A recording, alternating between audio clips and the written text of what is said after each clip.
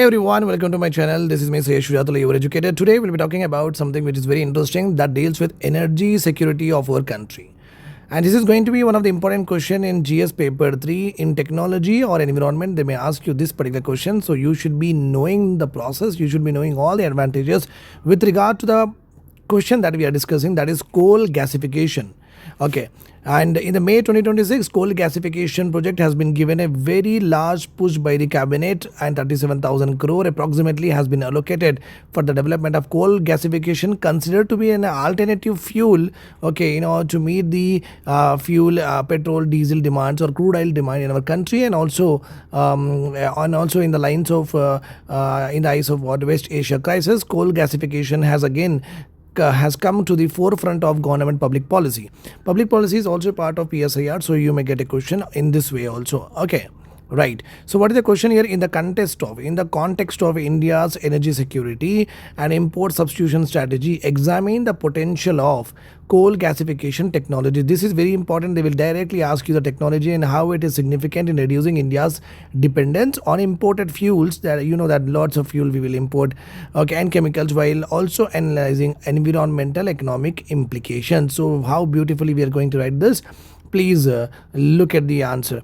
Okay, so one more important point I would like to tell to all of you that that PSIR optional I generally teach in Sosin IS Academy. Here you can be a part of what classes, test series and mentorship. And one more important point here on the Sosin IS Academy channel, I am doing 100 days 100 topics PSIR, a crash course I am doing. So if you want to be a part of it, you can directly go and watch the playlist. Already for the elaborate courses, you can call to the number given below, which is in the footer. Okay, I hope I have not taken much of your time. I hope that you are also discussing, you are also studying very, very, very consistently without any break. That's all you have to do. So let us now. So this is your best and very beautiful introduction is given here. India has India's recent approval of 37,500 crore cabinet-backed support scheme for the coal gasification. It marks a very strategic policy push towards energy self-reliance, you can say, or energy security. So India has given a push to the coal gasification scheme in order to push for what? Energy security or energy self-reliance. Okay, the timing is very significant. Why? Because that geopolitical stress we are able to see, such as Iran conflict, West Asia crisis. Renewed pressure is also there on the oil supply chains with regard to state of home rules and with regard to various restrictions USA puts on and off, that not to buy oil from Russia, etc. so and so forth. It is very important that India should be a self-reliant and energy secure country. Coal gasification converts coal into syngas, a mixture of carbon monoxide and hydrogen, which can be further transformed into methanol, ammonia, urea, synthetic natural gas, hydrogen and liquid fuels. This makes it a very versatile bridge between the domestic coal resources and industrial inputs. So with the help of coal gasification, you are not only able to get energy, okay, but you're also getting what? Chemicals that can be used in the industrial output. One by one we will see it. Okay, right. So understanding the coal gasification technology, in which basically what happens here is the normal coal, whatever you see in your daily life, that coal will be actually crushed, okay, and it is heated, and it is heated with limited oxygen, nothing but they don't do it in an open chamber like that. You just put the coal in your bedroom and start burning it. That is called as what? Open air, and a maximum and unlimited supply of oxygen is there. Here what happened here is in a container will be taken. Here the coal will be put, and oxygen is given very slow. Okay, oxygen is given very slow. That's why in the coal gasification technology, the crushed coal is heated, okay, with limited oxygen and steam. Steam is nothing but if you have ever gone to spa, okay, then you know that you will be undergoing steam also. That steam at high temperature and pressure.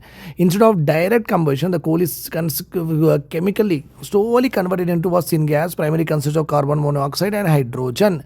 This syngas can be further used to manufacture a wide range of downstream products which can be used in various industrial manufacturing processes. Okay, with the help of that, we can also substitute the import of natural gas, petrochemical feedstock. Compared with direct burning, the process is more efficient. We will get the faster products, cleaner, does not harm the environment. So we can also fight global warming and climate change, and it also complete our INDC, intended nationally determined contribution. Also we can and Panchamitras also we can able to achieve, and also enables carbon to capture at the syngas state, where emission control is very, very easier and more economical, nothing but very cheap. Okay, what is the significance and the import substitutions? So why we have to go for this coal gasification project? You can directly see here India's import bill for the repressible products such as LNG, methanol, ammonia, ammonium nitrate, whatever we are buying, all of these are we are importing from other countries, and the amount of import, the value of import, whatever we are doing with regard to this quantity, it comes to around 2.77 lakh crore. This much amount of money we are spending to buy these products. Underline, that's why it becomes very strategic value. It could be a 2.77 lakh crore, could be the budget size of all the northeast in eastern states individually. I can say that. Underlying that, that's why it's having a very strategic value of domestic substitution. Domestically, we are whatever we are importing from other. So coal gasification can able to substitute the domestic demand easily. Okay, so that we can reduce the dependence on our foreign supply. Union Minister Ashwini Vaishnav had indicated that scheme could attract up to 3 lakh crore rupees of investment.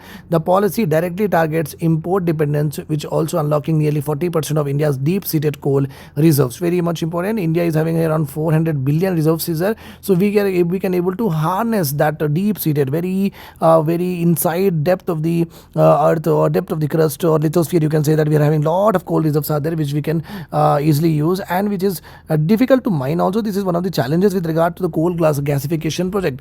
Though capital intensive, a lot of money is about, so Ambani and Adani is important here. Coal gasification offers long-term energy security. If we are able to do this, industrial resilience, industries will get these continuous sustained inputs and greater value addition from the domestic resources. So greater value addition is nothing but as we are manufacturing within our country, we will be getting what?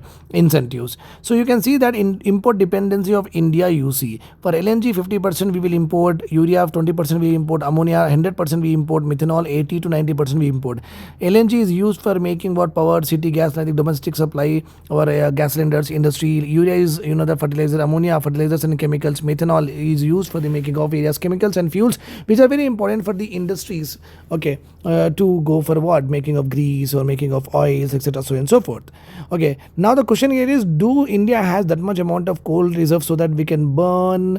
Okay, we can burn with limited oxygen. Do India have that much of coal reserves? So we can see here. Okay, India possesses 401 billion tons of coal reserves, 47 billion tons of lignite resources. Very important. Remember this point here. In this project, not only the coal gasification is there, lignite gasification is also being done. So if the question comes only this project is applicable only to coal gasification, it means it is wrong. Given the large domestic base of gasification, annual use is around 1 billion tons, while coal accounts for 55% of primary commercial energy, 70% of power generation. Coal production, okay, you can just go through because basically what this particular paragraph says that we are having a lot of reserves and we produce a good amount of it. So we already have a coal gasification and underground coal gasification pilot project is there in Jharkhand, and Adani Group also have already invested 70,000 crores in the coal gasification in Nagpur. Okay, this shows that industry is very confident that this particular industry, nothing but Adani, Ambani are very confident that if the coal gasification works, they will also get profit. That's why they are investing. So that's a good, okay, for the private investment. Now policy, if you see the coal gasification, is it like that in May 2026 only all of a sudden because of the Iran-Israel war, US war, all of a sudden government of India realized that we have to go for a coal gasification project? No. 2018 Talcher coal gasification based fertilizer announcement happened. 2020 incentives in the commercial and coal mining auctions, okay, who want to produce coal gasification process. 2021 roadmap for the coal-based hydrogen. January 2024, 8,000 crore rupees has been given for the 8 projects of coal gasification. Now May 2026, whatever I have told you, 75,000 crore rupees has been given for the expansion of the same coal gasification projects. I hope this is all clear to you.